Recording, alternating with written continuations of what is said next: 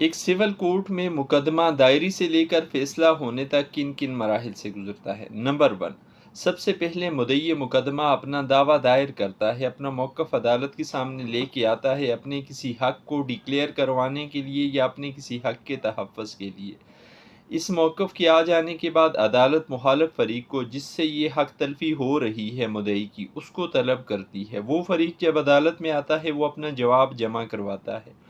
جواب جمع کروانے کے بعد عدالت ایشوز فریم کرتی ہے، تنقیحات مرتب کرتی ہے۔ پھر دونوں پارٹیوں کو، پہلے مدعی کو کہا جاتا ہے وہ اپنے موقف کی تائید میں شہادت پیش کریں۔ مدعی شہادت پیش کرتا ہے، زبانی و دستاویزی، پھر اس پہ سوال جواب کیے جاتے ہیں۔